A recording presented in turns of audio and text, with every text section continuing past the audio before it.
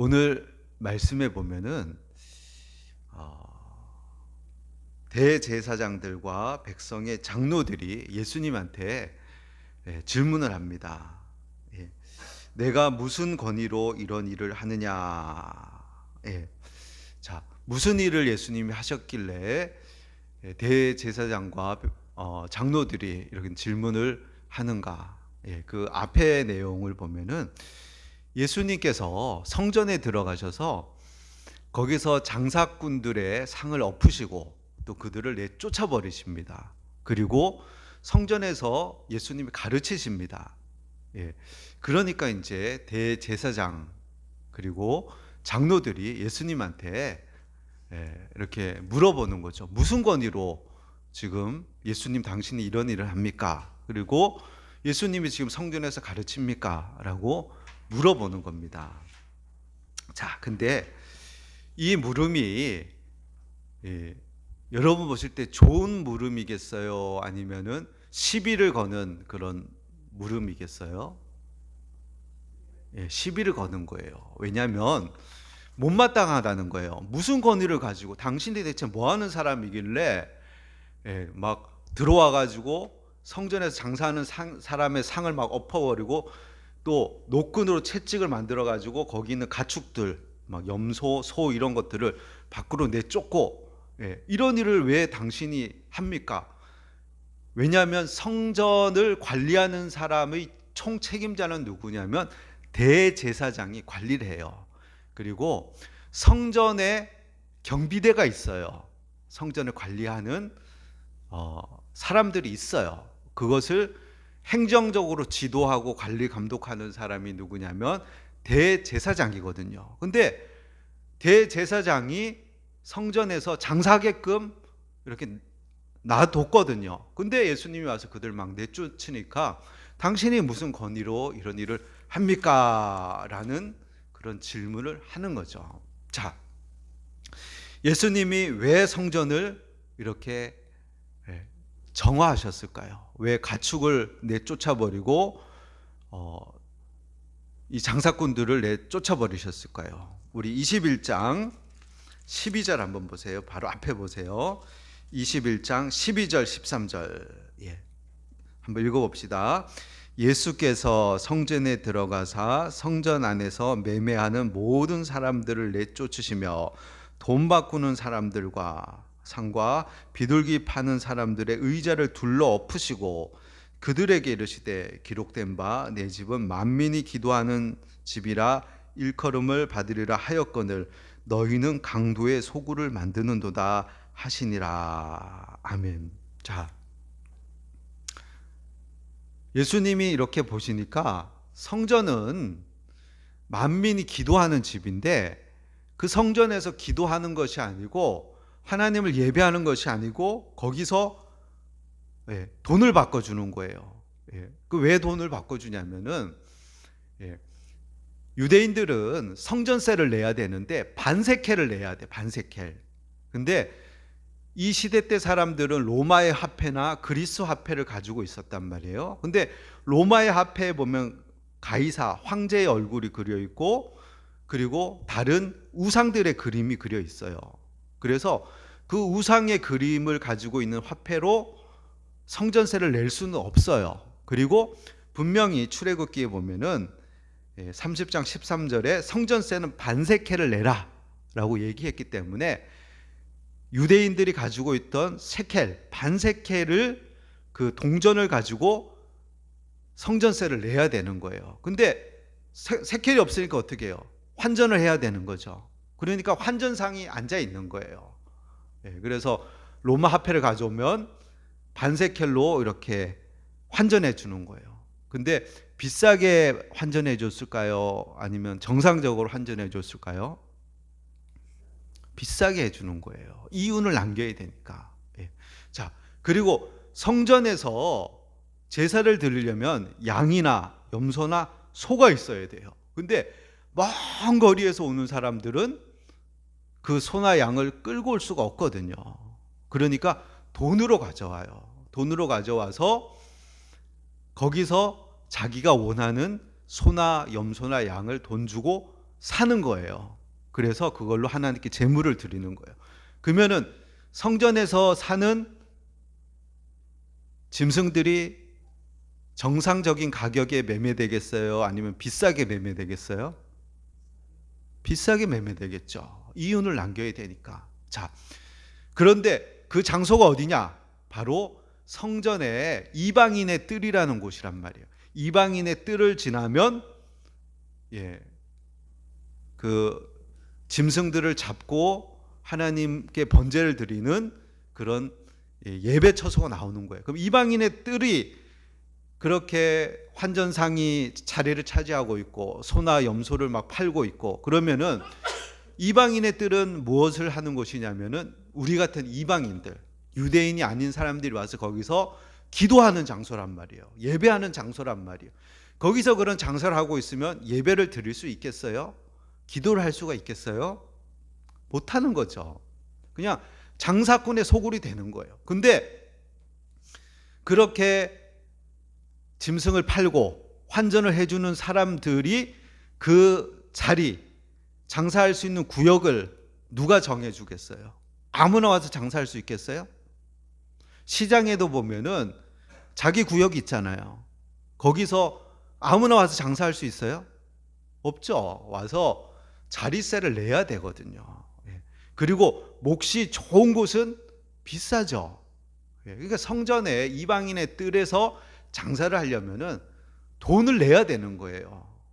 그러면 그 이윤을 누가 갖는 거예요?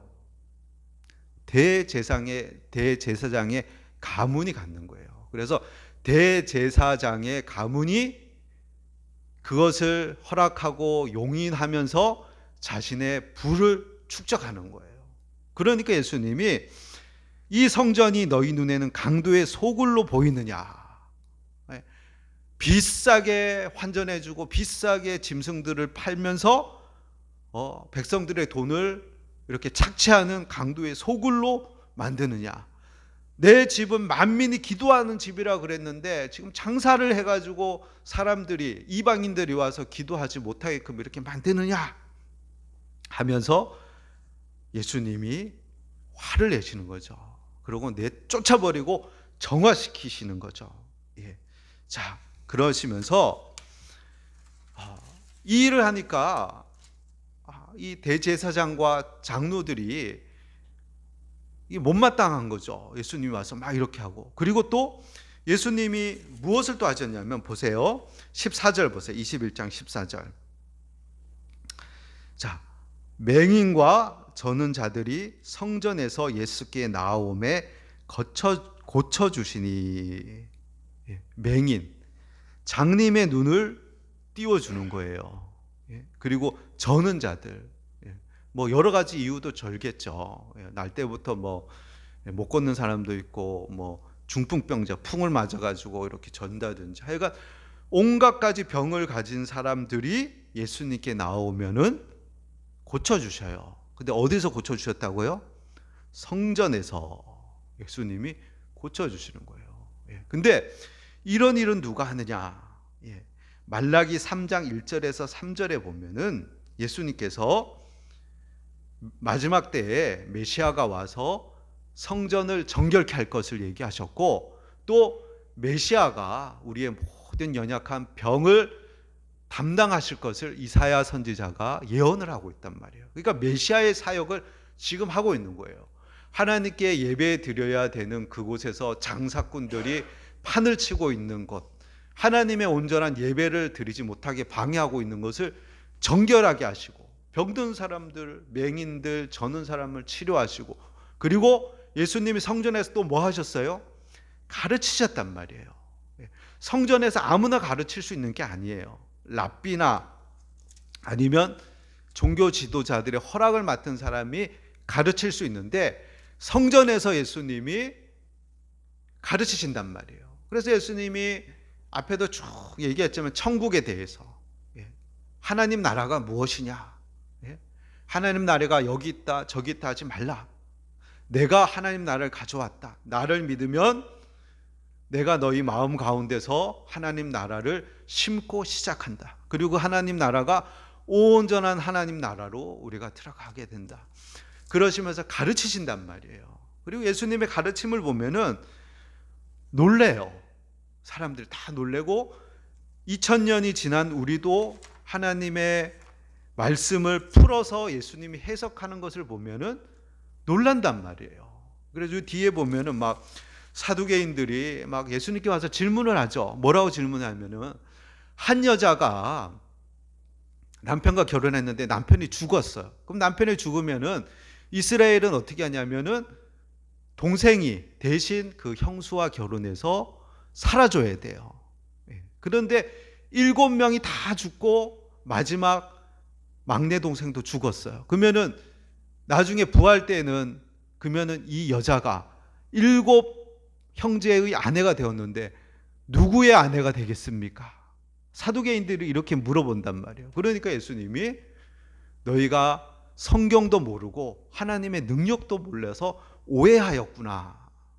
그러면서 우리가 나중에 천사가 되었을 때, 우리가 다시금 부활했을 때, 또는 우리가 다시금 천국에 갔을 때, 그때는 지금과 같이 남자와 여자의 몸으로 시집가고 장가가는 그 상태가 아니라 천사와 같이 되어서 시집가고 장가가는 그런 것에 매이지 않는다. 그리고 하나님은 죽은 자의 하나님이 아니라 산 자의 하나님이다. 아브라함의 하나님, 이삭의 하나님, 야곱의 하나님. 이삭, 야곱, 아브라함 지금도 살아있다. 하나님은 살아계신 자의, 살아있는 자의 하나님이시다. 이러시면서 우리가 모르는 것들을 막 알려주는 거예요. 그러니까 사람들이 누구냐, 이분이 정말 메시아냐, 막 이렇게 관심이 쏠리는 거죠. 그러니까 그게 못마땅하니까 대제사장은 한 명이에요, 반드시. 근데 들이라고 그러잖아요. 그러니까 안나스 가문이 가야바와 함께, 사위와 함께 제사장 역할을 하면서 기득권을 가지고 성전에서 장사를 해서 이윤을 챙기고 강도의 소굴을 만들고 이렇게 하고 있는 이 상황 가운데 예수님이 나타나셔서 성전을 깨끗게 하시고 하나님 말씀을 가르치시고 온갖 병을 고치시고 메시아의 사역을 하시는 거예요. 그리고 요 앞에 어떻게 해요? 벳바게에서 어린 나귀를 타시며 입성하시고 사람들은 호산나 다윗의 자손이여 하면서 막 환영하고 축하하고 기뻐하는 막 그런 장면이 연출되는 거예요. 자, 그러니까 예수님이 이런 질문을 받으시니까 그들의 속내를 아시는 거예요. 그럼 예수님이 뭐라고 대답하셔야지 바른 대답이에요. 무슨 권위로 당신이 이런 일을 합니까? 이렇게 물어봤어요. 누가 이런 권위를 주었느냐? 그 대답은 어떻게 해야 되는 거예요? 정확한 대답은 하나님 아버지가 나에게 이런 권위를 주었느니라, 이렇게 얘기해야죠. 그렇죠? 예, 그게 맞아요. 근데 예수님은 그렇게 얘기 안 하셔요. 오히려 질문으로 다시금 얘기를 하시는 거예요. 질문하시는 거예요. 자, 세례 요한, 요한의 세례가 어디로부터 왔느냐? 왜냐하면 대제사장들과 백성의 장로들은 세례 요한을 인정을 안 했거든요. 자, 근데 이들이 세례 요한이 하늘로부터 왔다 그러면은 문제가 뭐냐면 왜 하늘로부터 왔는데 세례 요한을 받아들이지 않고 세례 요한의 말을 듣지 않았느냐, 이렇게 이제 책망이 돌아가는 거죠. 근데 반대로 사람에게서부터 왔다라고 하면은 사람들이 다 요한을 선지자로 알고 있는데, 선지자로 알고 있는 것을 부정해 버리면 백성에게서부터 지금 미움을 받고 잘못하면은 돌팔매질을 당할 수 있는 상황이기 때문에 이렇게 대답도 못하고 저렇게 대답도 못하는 거예요. 그렇게 예수님이 질문을 던지시는 거예요. 세례 요한의 그 세례가 어디로부터 왔느냐, 너희들이 한번 답해봐라. 그러면 내가 어디로부터 권위를 받아서 이런 일을 하는지 대답하겠다. 그러니까 대제사장들과 백성의 장로들이 뭐라고 대답해요? 모르겠다. 모르겠다는 건 뭐냐면 대답할 수 없다는 거죠. 대답 못하겠다. 그러니까 예수님이 뭐라고 얘기하셔요? 나도 이르지 아니하겠다. 나도 말 안 하겠다. 왜 말씀을 안 하세요? 벌써 이들은 예수님이 어느 권위를 가지고 이런 일을 하시는지 들으려는 마음을 가지고 지금 듣고 있는 것이 아니고 지금 딱 결정을 해놨어요. 예수님을 제거해버리고 없애버리고 계속해서 내가 가지고 있는 기득권과 이 이윤을 내가 소유하겠다. 그러면서 공격하게끔 하기 위해서 이 질문을 던진 거기 때문에 예수님은 이 질문에 대해서 대답하실 필요가 없는 거죠. 그러니까 질문으로 질문을 대신하신 거예요. 세례 요한의 그 세례가 어디로부터 왔느냐? 질문하시며 대답하지 못하니까 나도 권위가 어디서부터 왔는지 대답하지 않겠다. 왜? 얘기해도 안 듣거든요. 얘기해도 나의 권위는 하나님께로부터 왔다. 아버지가 내 하나님이다. 앞에도 수없이 얘기를 했거든요, 예수님이. 근데 안 들으려고 그러거든요. 안 들으려 하는 사람에게는 얘기해봐야 소용이 없다는 거예요. 그러니까 예수님이 대답을 안 하시는 거죠. 자, 이 말씀을 이렇게 보면서 우리가 여러 가지를 생각해 볼 수가 있어요. 우리 교회의 모습. 교회에도 기득권 세력이 있는 거예요. 교회는 하나님의 영광을 위하고 만민이 누구나 와서 아픈 사람도 오고 가난한 사람도 오고 힘든 사람도 오고 억울한 사람도 오고 와서 기도하는 거죠. 하나님, 이런 어려움이 있습니다. 이런 괴로움이 있습니다. 그리고 하나님께 예배하는 자리가 되어야 되죠. 근데 그것이 교회가 그런 교회가 되지 못하고 문턱이 높아지고 힘들어지고 그리고 어떤 교회가 이권이나 사업이나 정치나 비즈니스나 사교 클럽이 되어서 자신의 유익이나 추구하는 그런 공간이 되면 안 된다는 거죠. 한국 교회가 이제는 메이저가 됐거든요. 교회가 굉장히 커졌어요. 그리고 힘이 있어졌단 말이에요. 그러다 보니까 교회가 겸손하고 낮아지고 하나님을 구하고 하나님을 찾는 게 아니라 그냥 자기의 힘을 발휘해가지고 무엇인가 이권을 얻으려는 그런 모습으로 세상 사람들의 눈에 비춰지는 그런 교회의 모습으로 변하고 있는지 우리가 반성을 해봐야 되는 거죠.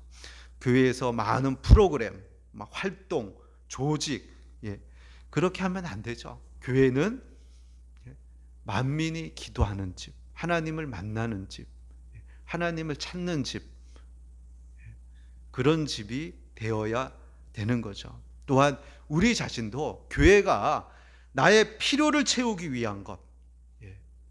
그런데 요즘엔 사실 보면 세상 사람들이 필요한 게 없어요. 별로 구하는 게 없어요. 왜? 다 가졌거든. 보면 누릴 게 누리고 있거든. 그러니까 하나님께 와서 구할 게 별로 없어요.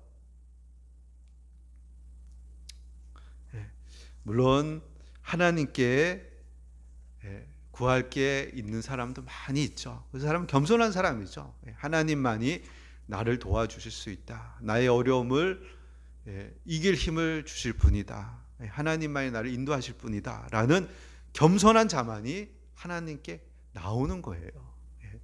왜 필요한 게 없겠어요. 근데 세상적인 어떤 그 필요들만 가지고 살아가는 사람들은 하나님보다 그것들을 더 의지하기 때문에 하나님을 찾지 않는 것이죠. 자, 우리가 교회에 나오면서 교회가 나의 유익을 위해서 성공의 수단, 이익의 도구로 사용하면 안 되는 거죠. 교회 올 때는 교회의 원래의 목적대로 하나님을 예배하고 하나님을 찾고 하나님을 만나고 하나님께 도움을 구하고 그러한 이유로 하나님께 나와야 되는 것이죠. 자, 예수님은 이것을 새롭게 하시는 분이거든요. 거룩함을 회복시키시는 분이에요. 자, 예수님이 이렇게 보면은 이 기득권 세력하고 싸우는 모습을 보면은 참 뭐 오늘 보여주신 모습뿐만 아니라 성경에 보면 예수님이 자신의 이익을 위해서 하나님을 이용하는 사람들하고 부딪혀서 싸워 나가시는 모습을 보면은 참 쉽지 않았다라는 그런 생각을 갖게끔 해요. 결국 예수님은 십자가에 내몰리셔서 십자가에서 이런 세력들에 의해서 십자가에서 못 박혀 돌아가시게 되는 거죠. 물론 그곳에는 이런 종교 지도자뿐만 아니라 우리 모든 죄를 담당하시고 우리 죄를 짊어지시고 대신 죽으시는 대속의 그 사역도 있지만은